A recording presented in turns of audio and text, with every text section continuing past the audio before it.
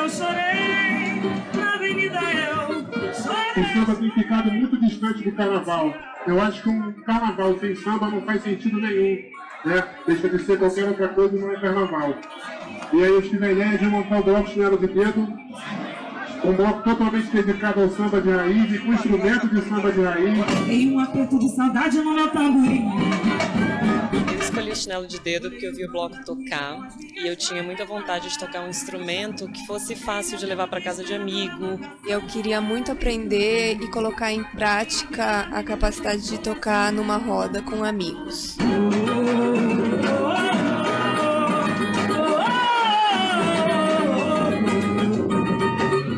Eu tenho a honra de ter fundado o primeiro bloco de roda de samba do Brasil. E aí, tudo bem? Esse programa está sendo muito especial. Estamos diretamente aqui de São Paulo. Uma pessoa que eu admiro muito pelo trabalho, pelo desempenho como profissional, como pessoa. Ele é produtor, músico e dono do bloco Chinelo de Dedo. Estamos aqui falando do Rodrigo Moreira. Prazer.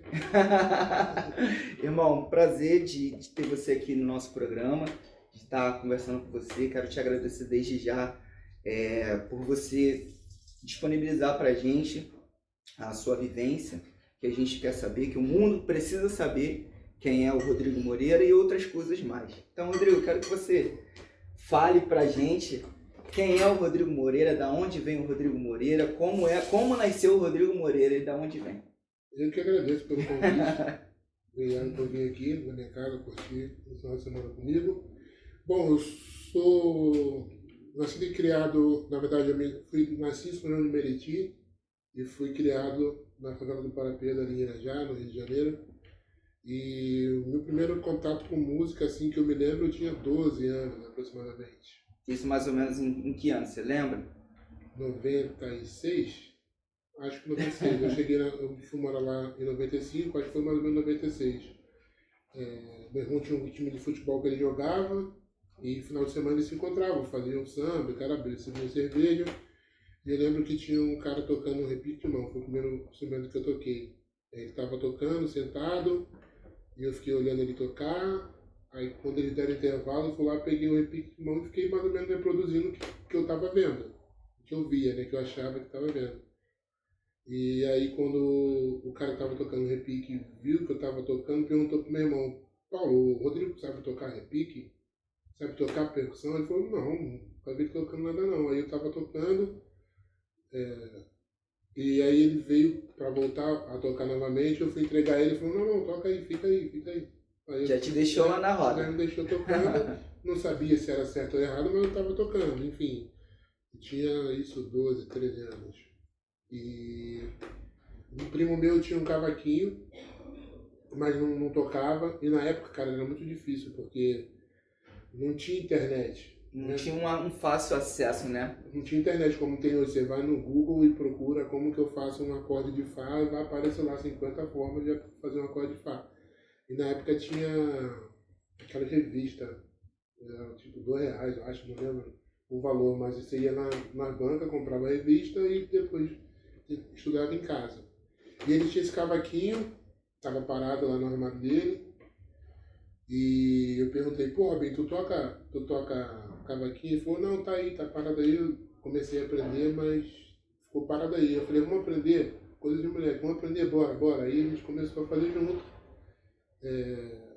cavaquinho. A gente ia na banca de jornal, comprava um cavaquinho, comprava a revista que chamava Cavaquinho na época. E a gente ficava fazendo os acordes e tal. Só que tinha um problema.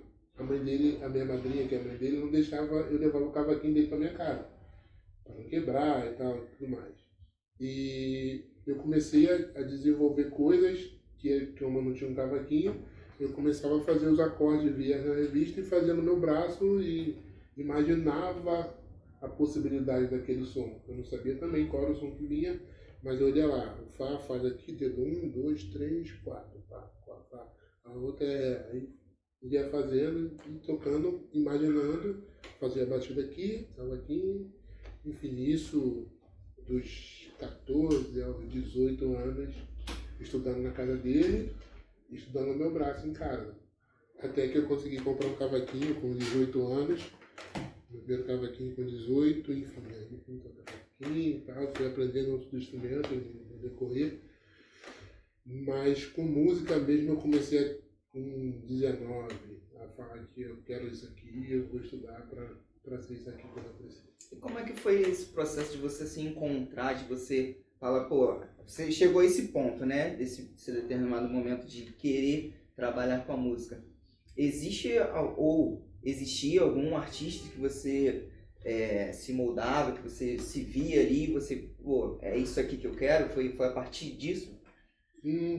Também, o meu ídolo maior sempre foi o Zeca Pagodinho, mas a minha mudança assim foi quando eu fui participar do projeto no Senac Rio, Irajá, que foi participar de uma formação de um espetáculo de um musical que falava sobre o samba no bairro de Irajá. Legal. E lá eu conheci o Ricardo Moreno, Lila Secron, que me mostraram o que era samba. Sabe? Eu tocava em outros grupos, mas eu era, entre aspas, feliz, mas eu não me encontrava tocando aquele estilo musical. Quando eu fui pro Senac, que eu vi, falei, cara, é isso aqui que eu quero, tipo, tocar candeia, eu quero tocar cartola, eu quero tocar zequete, enfim. Isso foi já era 2001, por aí, 2002. 2002. Era mais ou menos essa faixa aí que eu falei, cara, é isso aqui que eu quero fazer e vou me dedicar ao máximo a tocar esse estilo musical. Até que a gente fez esse espetáculo, a gente participou do projeto, foi o primeiro FETAERG, se eu não me engano. A gente ficou entre os 3 melhores, como o melhor musical, o melhor espetáculo, o melhor ator. A gente ganhou bastante prêmio nesse festival. E daí sim eu falei, eu quero viver de samba, eu quero fazer música. E o Ricardo Moreno apresentou, ele trabalhava no Circo Voador e apresentou o Bloco Kizomba pra gente, que era uma oficina de percussão. Para mim, pro Magrinho, pro Marcelo e pro Rock. E daí eu comecei a estudar de verdade com os caras, com músicos que eu tenho hoje, assim. Hoje são meus amigos, né? Sentar no bar, de trocar ideia, mas são meus mestres máximos assim, de percussão. Pô, legal. E quando você chegou lá no Bloco Kizomba, como é que foi essa adaptação de vocês? Porque era um outro ponto de vista, né? Um nível musical um pouco mais elevado, né? Acredito eu. Uhum. E como é que foi absorver essa ideia, né, de um bloco? Você saiu ali de um espetáculo teatral para um bloco, algo que era um negócio maior, né? Como é que foi para você essa experiência? Era algo muito novo, né, para mim, porque mesmo nascendo no Rio de Janeiro e sendo um local de carnaval, de batucada, até hoje, ainda assim, pro lado que a gente mora, que é na Zona Norte, tem bloco, mas assim, a galera da escola de samba que faz o bloco. O Kizomba era diferente, o Kizomba formava os seus batuqueiros. Legal. E eu já sabia tocar, mas não tinha a noção de como funcionava um bloco de carnaval. E a gente começou lá como bolsista, carregando instrumento para aula, guardando instrumento pós-aula. E os professores, assim, eu tenho eles hoje nos blocos de carnaval, porque a gente vai falar ainda sobre blocos de carnaval, eu não vejo professores com a formação dos professores que tinham no Kizomba naquela época.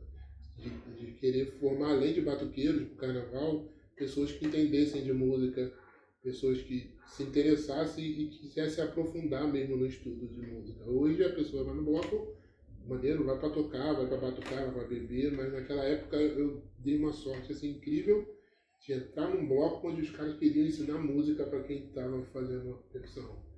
E eu estou colhendo fruto desses caras até hoje, graças a Deus.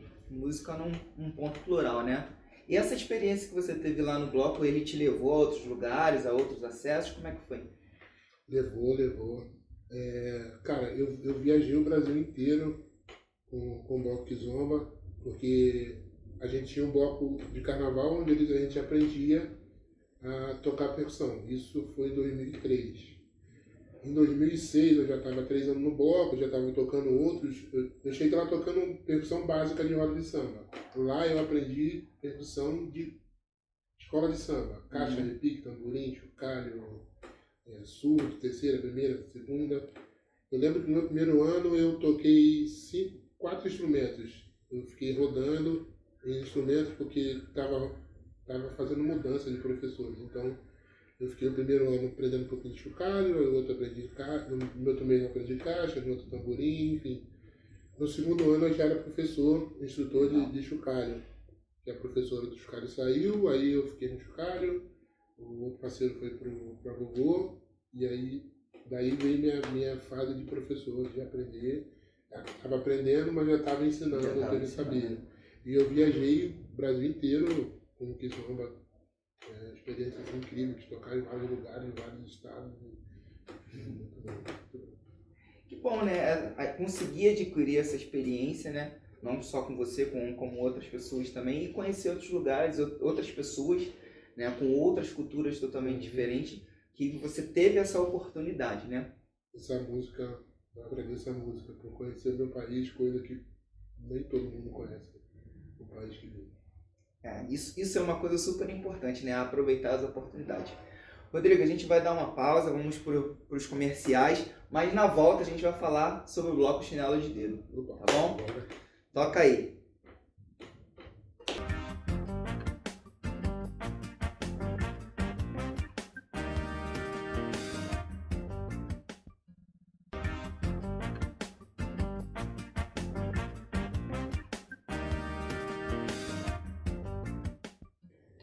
Voltamos no programa especialmente, diretamente de São Paulo, o Rodrigo Moreira. Rodrigo, fala um pouco pra gente, fala um pouco não, né? Fala abertamente o que é o Bloco Chinelo de Dedo, por que você fundou esse bloco, né? Você veio do Kizomba, e qual foi o momento que te instalou a ideia de, pô, é isso? Bom, como eu disse no começo, eu trabalho vivência de carnaval desde 2003. E em 2003, quando eu comecei no carnaval, a base dos blocos de carnaval do Rio de Janeiro era samba e marchinha. Tinha algumas outras músicas pop, rock, alguma coisa assim, mas era tipo no repertório de 42 músicas que dá no carnaval mais ou menos. Essas 42, 6 eram pop, entre essas coisas, mas era samba e marchinha, a base dos blocos. E nesse percurso de ano, ia passando ano após ano, as marchinhas e os sambas iam diminuindo no repertório. Como eu disse, viajei o Brasil inteiro e a gente ia fazer show fora do estado do Rio de Janeiro, sei lá, estava em Fortaleza. O show está apertado, vamos ter que diminuir o repertório, porque vamos como esperava um samba. E eu comecei a perceber, caraca, nós somos um bloco do Rio de Janeiro, estamos tocando em Fortaleza, por que tirar o samba? Pop eles já escutam, né? Enfim, é um bloco do Rio de Janeiro, vamos tocar samba. E não estava acontecendo. Eu ia em outros blocos, ia no bloco A, estava tocando uma música que todo bloco toca. Vou festejar. Aí eu saía do bloco A, ia para o bloco B, estava começando, vou festejar no outro. Eu saí do outro, estava na metade, vou festejar no outro. E eu comecei a sentir, me incomodar, que a gente vive, o Rio de Janeiro é samba. Assim, a base do Rio de Janeiro é samba, e todo bloco que você vai, toca a mesma música. Copia e cola, né? Copia, recorta e cola. O repertório de samba é gigante, gigante. Hoje eu tenho problemas com o repertório do Chinelo de Dedo, porque, assim, a gente faz tema, né? Vamos tocar essa camisa do bloco do tema da Bahia. Vamos pegar o Chinelo cantando o samba da Bahia. Eu tinha problema em 42 músicas e escolher o repertório porque eu tinha muita música. Então a gente tem muita música de samba. Eu comecei a me incomodar disso, de ir em vários blocos e tocar 4 músicas. Vou festejar, Explode Coração, é hoje e amanhã. Todo bloco toca essas 4 músicas. E o samba não são essas 4 músicas. Eu comecei a ter esse incômodo. Até que o dia que eu falei, não vou ver o samba morrer na minha frente, num bloco de carnaval, e não fazer nada. Então eu tive a ideia de fundar o Chinelo de Dedo, um bloco totalmente dedicado ao samba. E assim, é o samba de raiz, que é o que eu mais me identifico. E aí eu pensei no início de fazer com caixa, repique, surdo, tamborim. Só que ao mesmo tempo, depois de um ano escrevendo o que eu queria, eu falei assim, mas se eu fizer um bloco que toca samba de raiz com esses instrumentos, eu vou estar meio que entrando nessa onda de tocar outros ritmos com instrumentos de escola de samba. Por que eu não faço um bloco tocando com instrumentos de roda de samba? Legal. Então, foi essa a minha sacada, que assim, a galera que eu conheço de bloco, assim, cara, foi genial pegar um instrumento onde deve me sacaneio, né? Que no início eu falava, vou fazer um bloco com todo mundo tocando, tantando, pandeiro, repique, surdo. Aí me falavam assim, pô, mas como que você vai fazer um bloco tocando, sei lá, 8 tantãs, 10 surdos tocando roda de samba? Se a gente vai num samba aqui, a gente não entende que os caras estão tocando com 5. Imagina 10 tocando um mesmo instrumento. Eu falei, cara, com organização, todo mundo tocando a mesma levada, todo mundo fazendo o mesmo ritmo, pensando coletivamente, que eu acho que a música é coletiva o tempo inteiro. Se tiver todo mundo com a mesma vontade de fazer, com a mesma intuição, com o mesmo querer, né, sem querer aparecer mais que o outro. Porque o que acontece na roda de samba com 5 é que o cara do pandeiro quer aparecer, do tantã quer aparecer, o outro quer aparecer e ninguém pensa no grupo aparecer. No coletivo, né? Então, hoje eu cobro com meus alunos e meus professores, coletivo, mano. Você tá tocando tantã, você toca bem, mas você tá tocando em grupo, faz o que o grupo tá fazendo. Então, para ninguém sair mais que o outro e o grupo do tantã, o grupo do pandeiro, o naipe do surdo, estarem unidos. E eu vou trabalhar já dando aula há muito tempo, eu tenho essa coisa de, aqui, não, aqui, enfim. E funcionou, deu certo. Eu lembro que no primeiro dia que eu fiz a divulgação, contando essa história, de que eu estava sentindo falta de samba e tal, eu anunciei, em meia hora eu tinha 35 alunos inscritos na oficina. Legal. Foi bem aceito pela galera. Pô, Rodrigo, era isso que estava faltando, né? E a gente fez o primeiro dia, eu tinha comprado 30 instrumentos. No primeiro dia apareceram 60 pessoas para fazer a aula. A gente tinha 2 horas de aula, eu tive que dividir a primeira aula em duas turmas de 30, porque eu não tinha instrumento para todo mundo. Cara, e o bloco Chinelo de Dedo só cresceu de lá para cá, me trouxe muitas outras pessoas, vários amigos e muita felicidade. Assim. O bloco Chinelo de Dedo, ele nasceu aonde exatamente? Ele nasceu no Rio de Janeiro. O primeiro ensaio da gente foi no Arco-Íris da Lapa, que tem na Lavradio. Aí ficou pequeno ali, a gente foi pro Carioca da Gema, na pizzaria, no segundo andar. Aí a gente ficou lá por 2 anos, mas a pizzaria fechou, e a gente passou para a fundição, e aí ficamos na fundição, 4, 5 anos na fundição. E de lá para cá ele migrou para outros lugares? Como é que é? Aí ele fica lá no Rio? A gente montou a oficina no Rio, foi rolando, e de um tempo a gente veio para São Paulo, porque eu casei e vim morar aqui. E em 2016 a gente fundou o Chinelo de Dedo aqui também, agora a gente tem Rio, São Paulo, Chinelo de Dedo. E como é que é essa aceitação, esse eixo Rio, São Paulo, né? Essa coisa assim meio corrida, as pessoas conseguiram absorver bem a ideia do bloco? O que você acha sobre isso? Aqui em São Paulo a galera absorveu bem. A gente tem uma turma aqui bem grande, bem dedicada também ao samba. E é o que eu te falei, eu consegui organizar os professores daqui, os professores de lá, a gente passar a mesma informação. Quando tem um desfile do Rio, a galera de São Paulo vai para o Rio, quando tem de São Paulo, a galera vem para cá. Então a gente desfila lá no Rio de Janeiro, segunda semana, 2 semanas antes do Carnaval, 2 domingos antes do Carnaval, em São Paulo, um sábado antes do Carnaval. Então a galera de São Paulo vai para o Rio, do Rio vai para São Paulo e a música é a mesma, a estrutura musical é a mesma. Os cantores são diferentes, as harmonias são diferentes, mas a batucada, que é a base do bloco, é a mesma. E vocês têm evento o ano inteiro ou é só no Carnaval? Não, temos evento o ano inteiro. Evento o ano inteiro, tanto com a bateria do bloco e também com um novo braço do bloco Chinelo de Dedo, que é o samba do chinelo, que agora durante a pandemia a gente estava muito trancado dentro de casa, então a gente fez a aula online. Daí eu percebi que na aula online tinha uma galera que queria realmente aprender e tocar de fato melhor ou a mais do que a gente passa no bloco. E aí eu comecei a catar para cá, para lá, um pandeiro aqui, um tantã lá, e comecei a passar mais informação para essas pessoas que pegar música e fazer eles tocarem a música, o que você está ouvindo daqui, o que o pandeiro faz aqui, o que o tantã está fazendo lá, como o surdo entra, aonde o surdo sai. E eu comecei a passar mais informação para essas pessoas, e agora novembro do ano passado, dia 20 de novembro, Dia da Consciência Negra, a gente fez o primeiro evento com essa galera que eu meio que dei uma separadinha para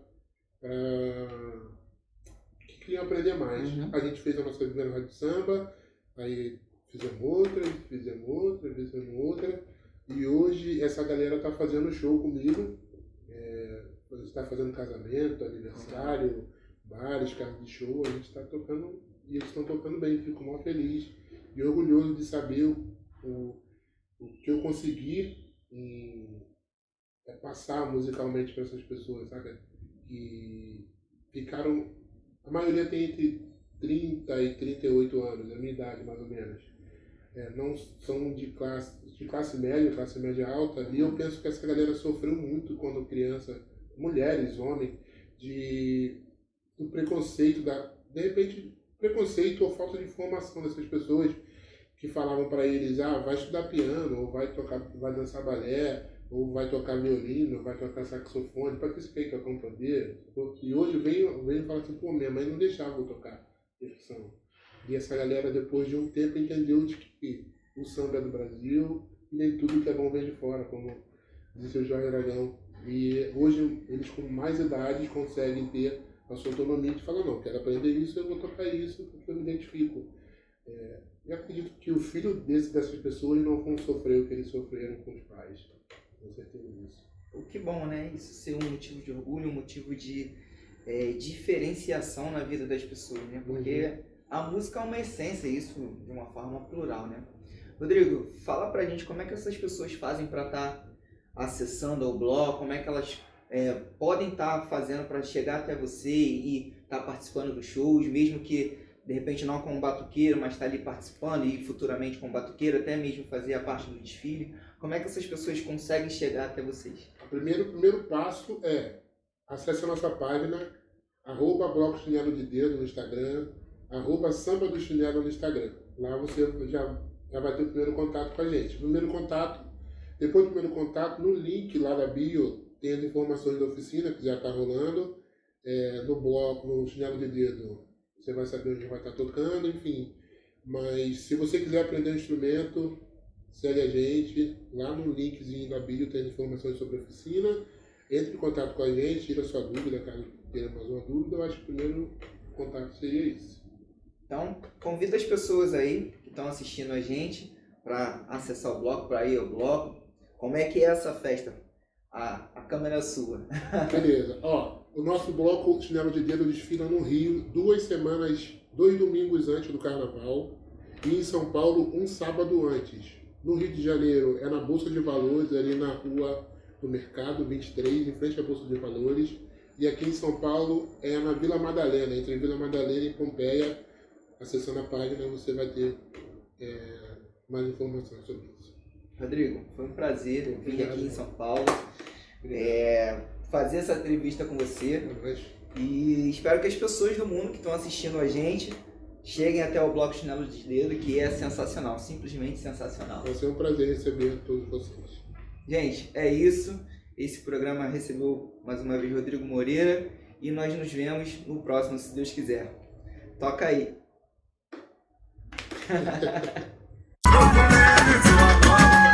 Imaginei que fosse mergulhando na tentação. Essa boca que me beija enlouquece de paixão. Te entreguei numa bandeja, te avido. Eu tempero me deixa bolado, eu não misturando com bebê. No seu balão, me bola, dentro da casinha de Santo. Toda lindo bolado de baixo, sensação, a saia bonita. Quando rola no copa